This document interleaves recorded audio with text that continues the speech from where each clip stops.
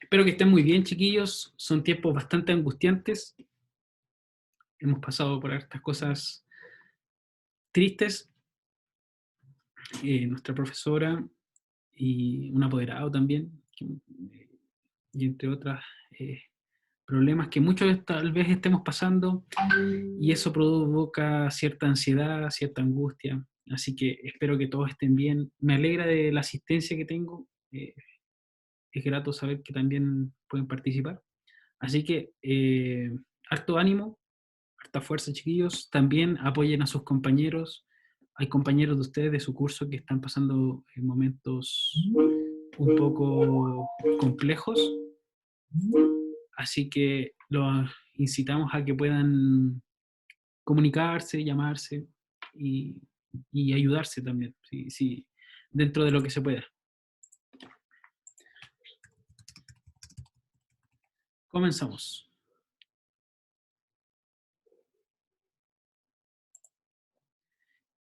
Eh, Voy a compartir la, la pantalla. Hoy día comenzamos, chiquillos, con los conceptos estadísticos, ¿ya? Vamos a hacer una pequeña introducción, vamos a hablar acerca de los conceptos estadísticos que se van a utilizar y para qué funciona la estadística, pensando que nuestro objetivo es la prueba de transición, por lo tanto tenemos que tener claro algunos conceptos para posteriormente trabajar con estos y hacer una eh, tablas de frecuencias, medidas de tendencia central, entre otras. Así que vamos a comenzar. Les voy a compartir mi pantalla. Déjenme ver.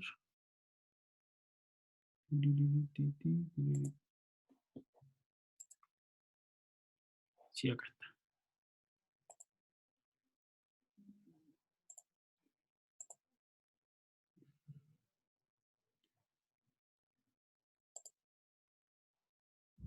Ya.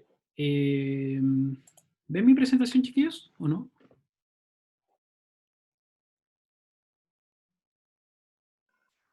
Sí, profe. Ya, vale.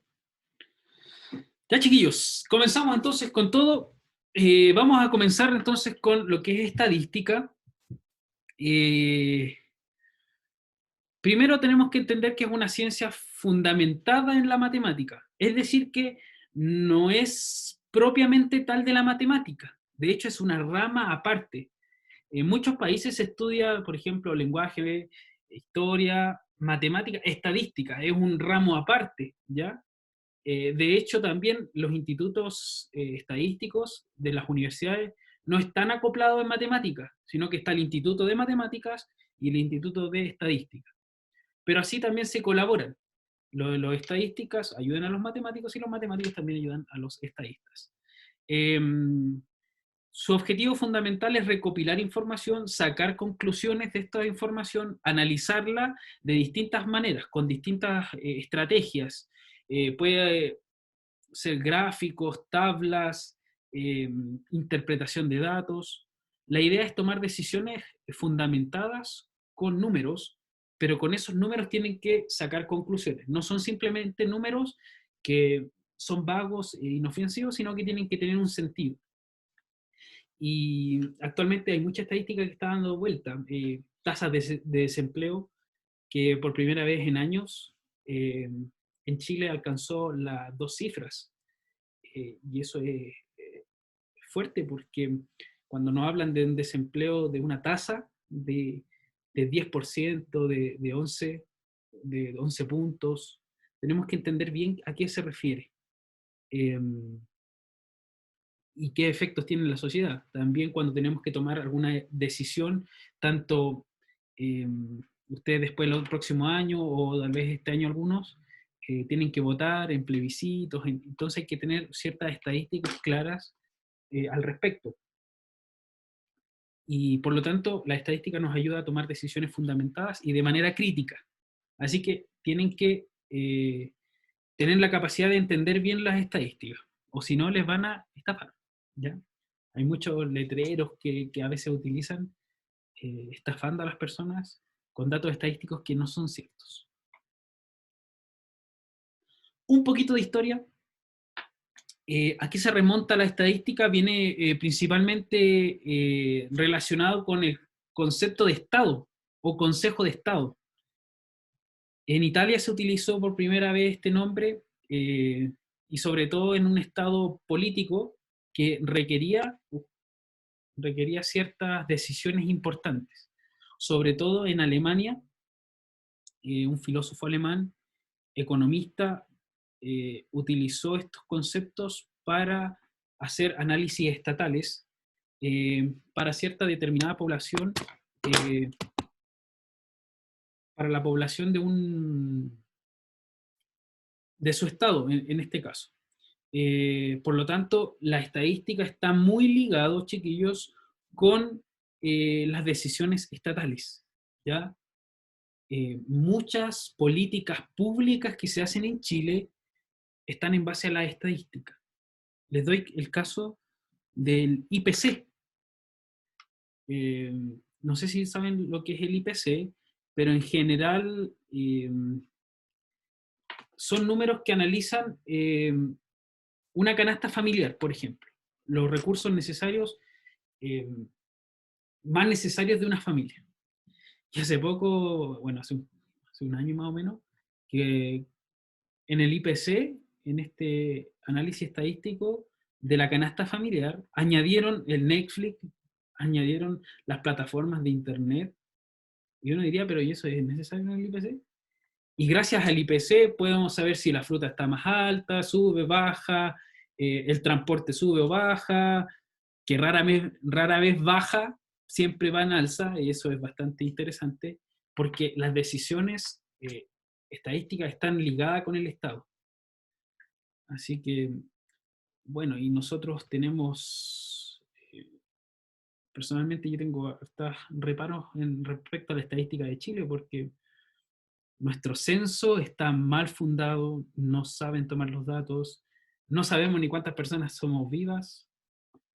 En Chile se han tomado muestras muy malas, entonces es bastante cuestionable la estadística que tenemos al respecto. Así que la estadística nos sirve para muchos, chiquillos. Vamos a tener dos ramas de la estadística que vamos a tener que utilizar durante este curso. Por lo menos yo estimo que vamos a estar entre 3 o 2 semanas hablando de esto, ¿ya? De lo que es la estadística. Vamos a hablar en primer lugar de lo que es la estadística descriptiva.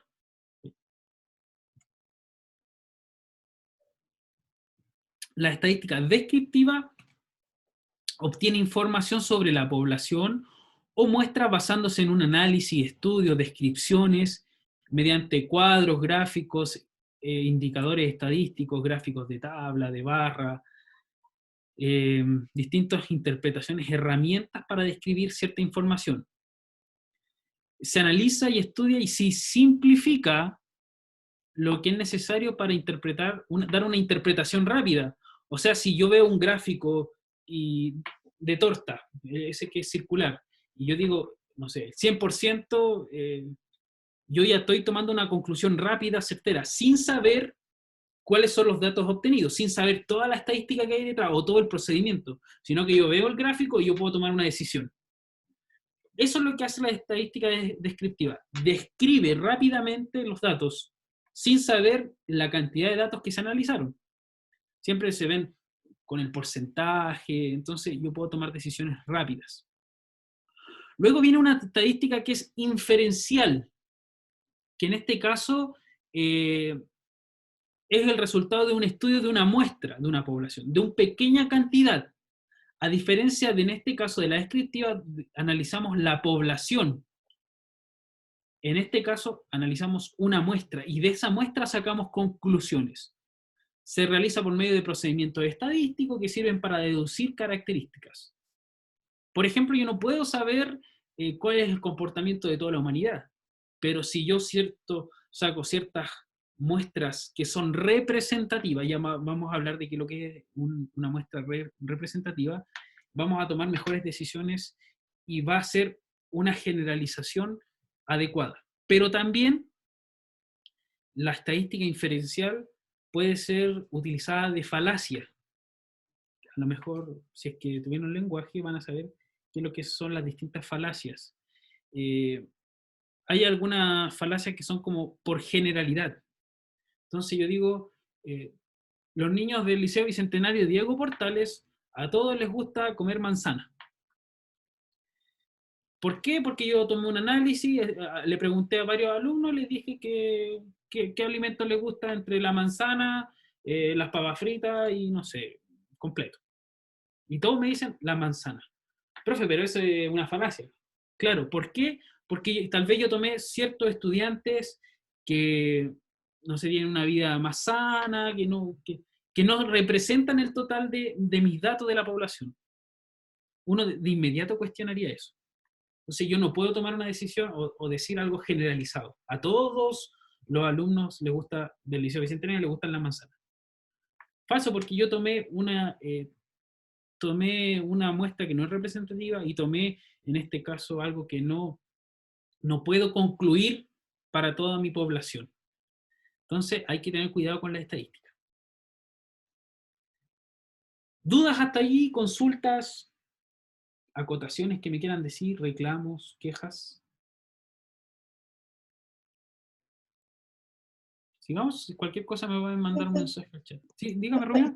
La diferencia entre la primera y la segunda es que la primera toma toda la población y la segunda solamente un poquito nomás, Correcto. como un sector nomás.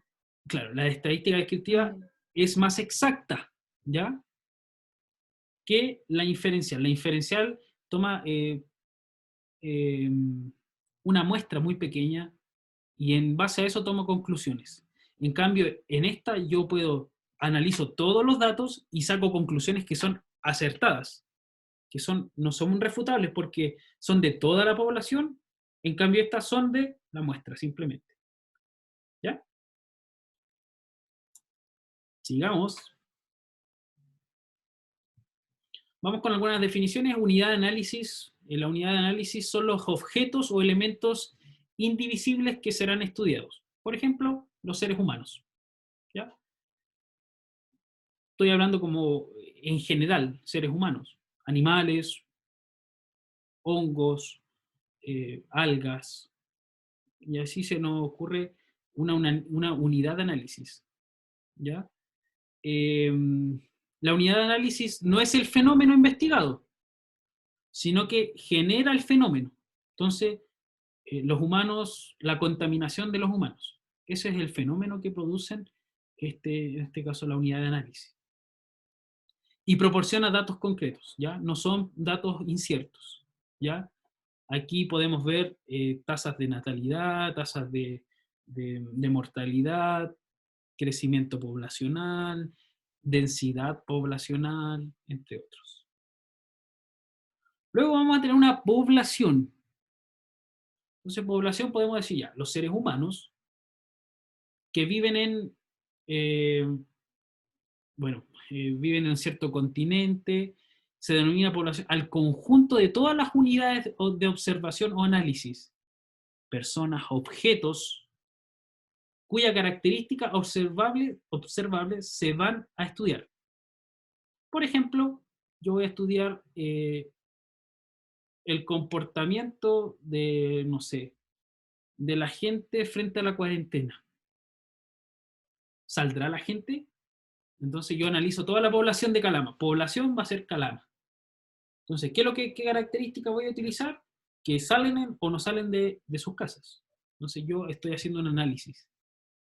Y actualmente anda dando vuelta mucho estadística respecto a estas cosas. Dentro de la población yo puedo sacar una muestra. Es un subconjunto representativo seleccionado de una población, en el del cual se busca obtener información y conclusiones. Por ejemplo, ya, vamos a estudiar a Calama, los habitantes de Calama, si es que salen o no de cuarentena. Y ojo acá, y yo estudio a las personas que trabajan en minería. Ya, los que trabajan en minería, entonces, por lo general tienen pases de salvoconductos. Las empresas les dan salvoconductos porque si no van a dejar de trabajar. Entonces yo puedo decir, ya, analizo solamente esa muestra y yo puedo sacar conclusiones erróneas. Yo puedo decir, saqué solamente a todos los trabajadores y que todos tienen salvoconducto, entonces todos salen. Entonces yo digo, ah, no, el 100% de la población de Calama está saliendo. Pero cuidado, porque la muestra tiene que ser representativa, no puede ser sesgada. Aquí tenemos una población sesgada. Entonces, lo más adecuado sería tomar distintos contextos sociales, distintos contextos de trabajo, eh, jóvenes, adultos, adultos mayores, que sea representativo de Calama. No simplemente a los que trabajan en minería, porque entonces tomaríamos conclusiones erróneas. ¿Me entiendo? ¿Me entienden? ¿Dudas? ¿Dudas? ¿Dudas? ¿Dudas?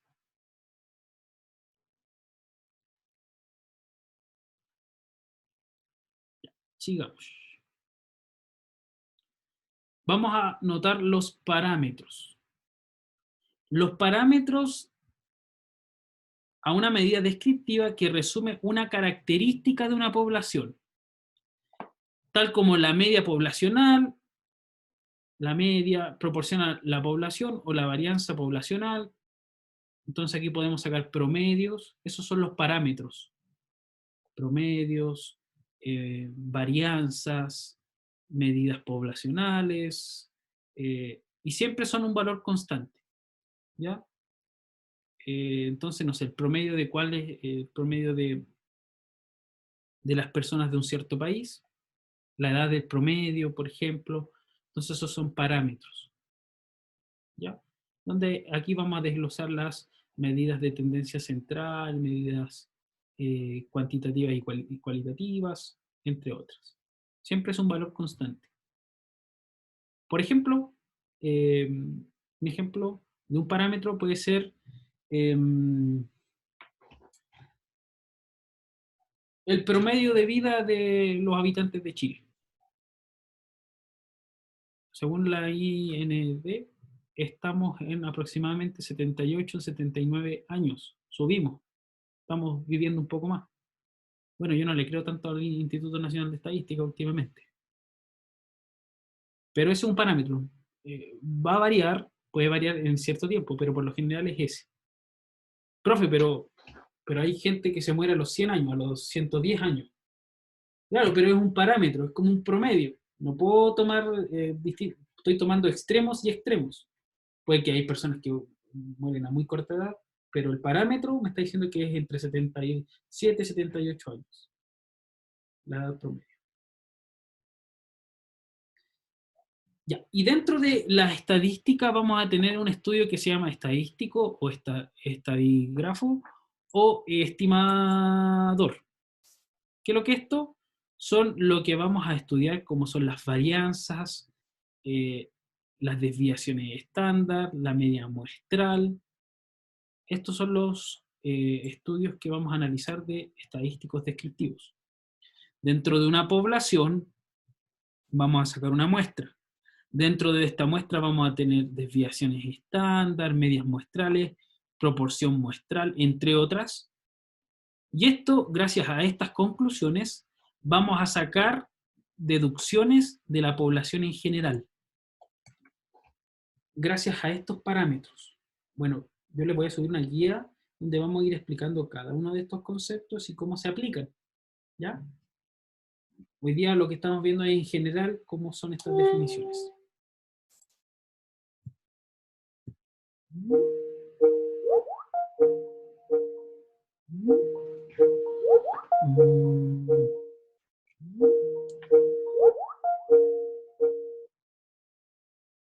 Variables. Vamos a tener variables. En este caso es cada una de las características, propiedades o cualidades, especificaciones que poseen los elementos o individuos de una población. Vamos a ver las variables. Dentro de estas se desglosan en dos, cuantitativas y cualitativas. Cuantitativas. Las cuantitativas se dividen en dos, variables continuas y discretas. Las variables continuas son aquellas que toman valores dentro de un intervalo predeterminado. Estatura, el peso de un producto. La estatura, por ejemplo, de los chilenos, entre 1,50 m y 1,80 m. Pero tengo dentro de ese intervalo, tengo 1,51 m, 52, 53, 58, Bueno, hay más chicos también, 1,48 m, 1,45 m, pero es continuo. Si esto lo graficara, me va a dar una curva, en este caso, continua. Pero tengo otras variables que son discretas, que son cantidades específicas. Por ejemplo, número de mascotas o el número de hermanos. Número de hermanos podemos tener 1, 2, 3, 4, 5, ya 6, a lo más. Ya, igual pueden haber más, pero son esos variables discretas. Son 1, 2, 3, 4, 5, 6, nada más. No tengo 1,1 hermano, no tengo 1,5 hermanos. ¿Ya? Entonces esa es la característica. Habitualmente lo podemos desglosar en que tienen coma y los otros no tienen coma. ¿Ya? Pero es muy general lo que estoy diciendo, ¿ya? Puede ser, depende de la definición que tengamos. ¿Dudas respecto a qué son las variables cuantitativas? Ojo, cuantitativas son cantidades numéricas, ¿ya? No estamos hablando de cualidad, eso ya vamos a ver con las cualitativas. Sigamos. Ah, disculpe que los maree. Variables cualitativas. Se refiere a cualidades, propiedades o características. Por ejemplo, estado civil, soltero, casado, conviviente, divorciado, nacionalidad alemana, colombiana, argentino, peruano, chileno, color, azul, negro, verde. Ojo, que acá se puede hacer una salvedad, que se puede dar características a una variable cualitativa, se le puede dar características cuantitativas. Ejemplo, yo puedo decir ya, el estado civil, yo a los solteros les voy a colocar el número 1, casados número 2, convivientes número 3 y divorciados 4. Entonces yo puedo sacar estadísticas respecto a esos números y voy a sacar conclusiones. No sé, promedio, ahí me sale el 3. Es decir que, no sé, en Chile hay mayores convivientes. Me aparece el 3. Yo les doy características numéricas a estas cualidades. Es una mezcla de los dos, ¿ya? Se puede hacer. ¿Dudas, chiquillos? ¿Consultas?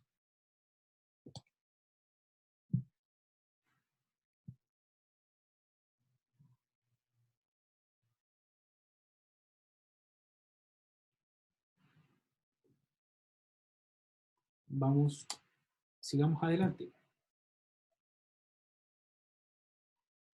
Ya. Dentro de esto vamos a tener escalas de medición.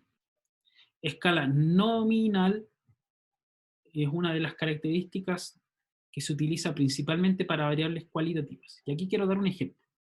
Aquí tenemos algunas imágenes. Yo puedo dar una escala nominal, por ejemplo, decir los cuadritos que tienen color.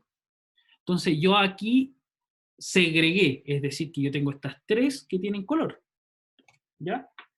Pero puedo decir, ya, otra escala nominal les puedo decir las que tienen figuras geométricas conocidas. Puedo decir estas tres de acá y salen estas tres fuera. Entonces yo lo puedo categorizar. Eso es como una categoría que yo puedo obtener. De esta imagen puedo obtener, no sé,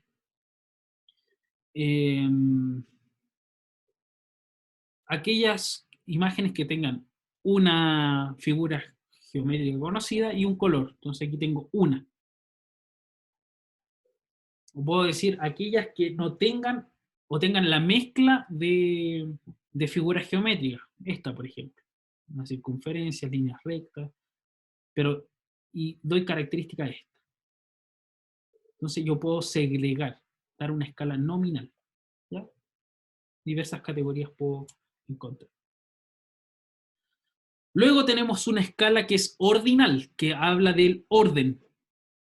Aquí se hace referencia a un rango militar, por ejemplo, al nivel de estudio superior, enseñanza media. Yo lo voy jerarquizando incluso. Entonces yo puedo decir, los rangos militares, bueno, no sé mucho de militares, pero no sé, está el comandante, luego el capitán, los cabos, y entonces yo lo voy jerarquizando, le voy colocando un primero, un segundo y un tercero. Eso es ordinal, un orden. Nivel de estudios, párvulo, estudio, hay distintas categorías, no sé, enseñanza media completa, incompleta, superior completa, magíster, doctorado, postdoctorado, postítulo y así un montón de otras categorías que van jerarquizando. Escala de intervalos. Ya, este es, hay que tenerlo cuidado, que la escala de intervalo se usa en mediciones de variables continuas, por ejemplo la temperatura. Y aquí aparece un cero relativo. Yo puedo decir desde dónde comienza la temperatura. Ejemplo, la temperatura se mide en intervalos. Por ejemplo, yo puedo decir que la temperatura promedio, bueno, del ser humano es entre 35 y 36 grados, pongámosle. Puede ser 35,1, 35,2, 36. Pero yo tengo ese intervalo cerrado. Ese va a ser mi cero relativo. Desde ahí voy a empezar a contar. No me interesa si tenéis 33 grados, porque eso significa que está muerto la persona, ¿no? Tiene que tener un promedio de esa temperatura. Si ya tiene 37, 38, tiene fiebre. Entre 39 y 40, le puede dar un paro cardiorrespiratorio, no sé, ahí, dependiendo de la temperatura, ¿cierto? Entonces, ¿cuál es mi cero relativo? La temperatura promedio del ser humano. De allí voy subiendo, escalando. Esto es un cero relativo, arbitrario. No parto contando desde el cero, de la temperatura cero, porque no me sirve. No me sirve, está lejos de lo que yo quiero medir, que en este caso es la temperatura del ser humano. Entonces, a eso hace referencia con una escala de intervalos. ¿Dudas, chiquillos? ¿Dudas? Pueden escribirme al chat también si quieren. ¿Profe? Dígame. Esto lo va a incluir en una guía. Sí, estas definiciones en un resumen. Ah, ya. Y luego vamos a tener unas tablitas porque esto es como la introducción, chiquillos. Luego vamos a ver las tablas. ¿Se acuerdan eso que hay que ver la frecuencia, frecuencia absoluta, frecuencia relativa, frecuencia porcentual? Tenemos que ir armando todo eso. Pero primero necesito que tengamos una base de saber qué es lo que son cada uno de estos conceptos. Y les voy a entregar una guía con estos conceptos también. Luego viene la escala de razón, que en este caso es superior a la escala de intervalo, que hace referencia, en este caso, a que los intervalos estén correctamente establecidos. Por ejemplo, volvamos al caso de la temperatura. Si yo les digo que tiene que ser el cero relativo, tiene que ser la temperatura promedio del ser humano. Entonces yo digo 35, entre 35 y 36 grados. Ya, bien. Pero si al siguiente intervalo yo coloco 37 a 40 grados, tengo muchos, ese intervalo es más grande que el anterior. Por lo tanto, la escala de razón no es acorde, no es proporcional. Pero si yo, por ejemplo, digo entre 35 y 36, ahí tengo un intervalo. Luego tengo entre 37 y 38, tengo otro intervalo. Entre 39 y 40, tengo otro intervalo. Ahí eso está correcto, está bien proporcionalmente escalonado, por así decirlo, el intervalo. Y eso es lo que hace también la tabla de gramaje, ¿ya? Yo puedo, sobre todo en química se utilizan mucho los gramos que tienen que ser exactos, ciertas cantidades, tienen que tener un intervalo, no puede tener ese margen de error.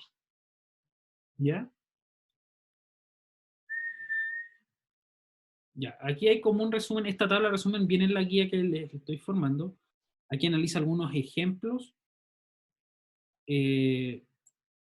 Las variables por categorías, numéricas, categorías cualitativas y cuantitativas. Dentro de las cualitativas aparecen dos que son dicotómicas o politómicas, que en este caso las dicotómicas tienen dos atributos y las tres tienen dos o más. Y acá hay algunos ejemplos. Por ejemplo, dicotómicas, género masculino y femenino. Ya, es cierto que puede ser cuestionable, existen más géneros, estoy de acuerdo, homosexuales y y toda esa diversidad, pero en general hablamos de masculino y femenino. ¿Ya? Se pueden agregar más. También soltero casado, conviviente o separado, entonces los separamos por dos. En cambio, las politómicas tienen cuatro, o sea, tienen más de dos. Primaria, secundaria, técnico superior, avanzado, leve, moderado, severo. Entonces, esa es la diferencia entre estas dos. Discreta no siempre comienza con el cero.